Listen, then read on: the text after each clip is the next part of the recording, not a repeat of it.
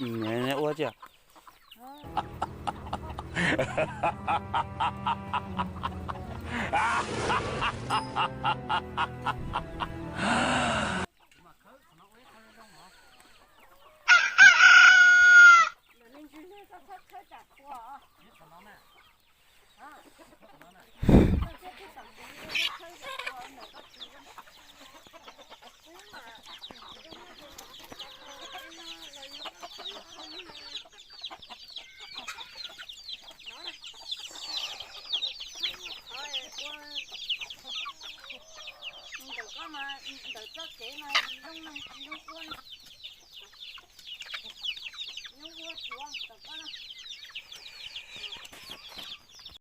Nó tôm để rau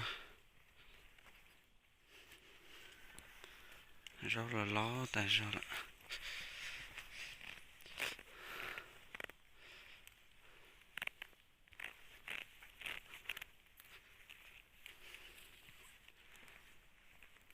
cho tàu mất chết ta nó ra mà tê mất lỡ tuột ta thì cho ông bà ở đốt chưa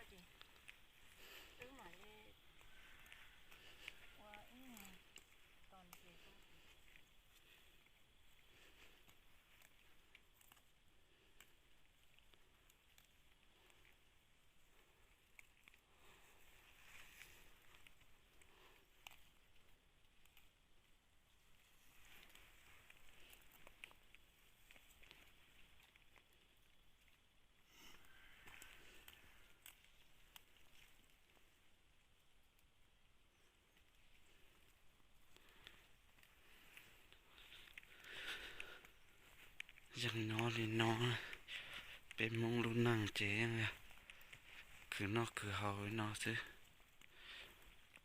cho chạy ở gió chịu ở gió cho chạy một tế chịu tế thì giờ nó tự chọn nhẹ đi nó nè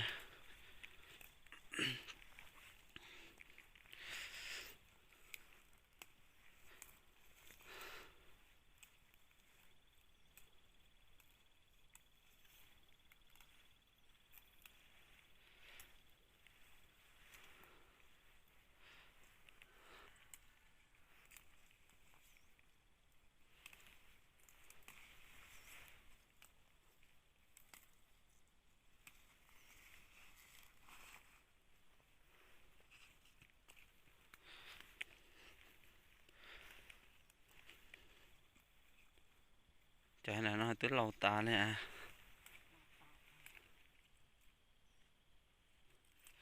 Nó chỉ muốn cho ta chứ muốn khởi ô đồ chia.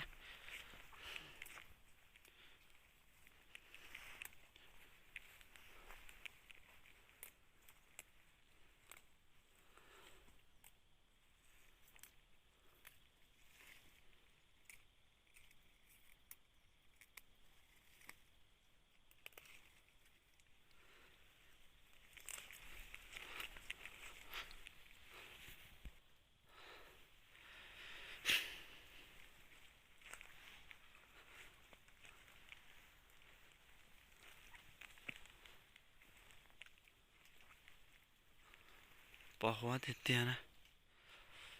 Đã nói cho liền. Để nó chỉ ở hơi liền nó chỉ muốn ở tế rau. Cho rau.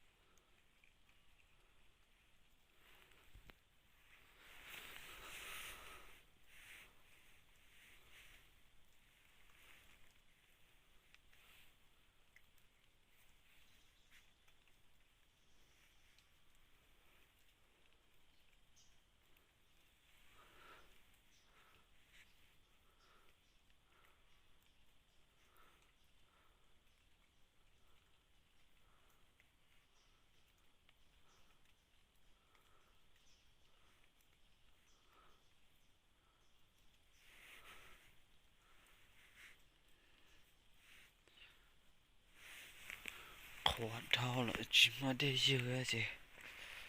Khó thao chứ. Rau chỉ dùng nè.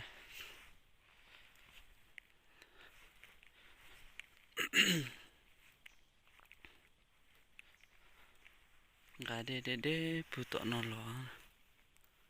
Bù tọ sao kê tọ nó mù sát tọ. Chỉ gà loại dưa chứ đê chứ. Gà chỉ lấy loại dưa kìa. Chỉ thế thì rau thì chỉ sợi rong nè. Thế nó thọ nó nòi mà tê mất lợi lực.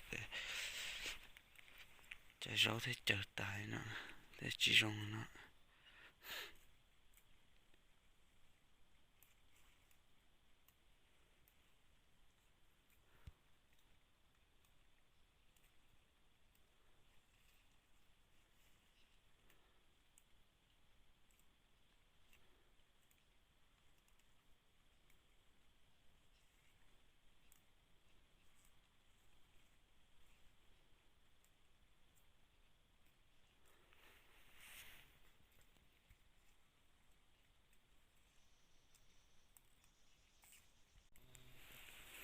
Đến chỉ tổng mò. Cho phải nó.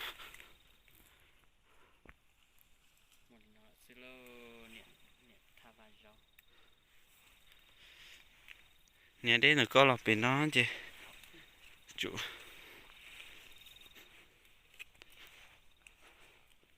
Mò cơ nè.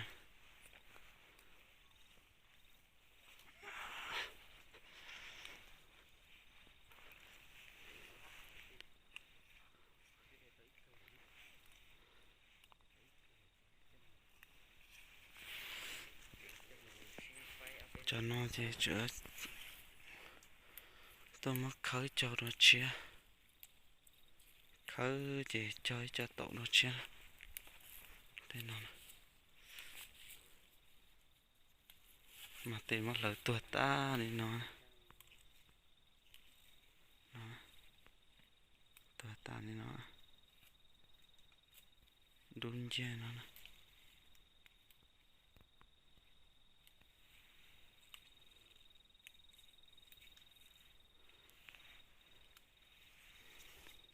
Bún độ nó gà nó đê nó mới dư rau bún độ nè. Gà của nó nè, mất tăng của nó thế. Gà của nó đê cơ nè, dư rau bún độ nó nè.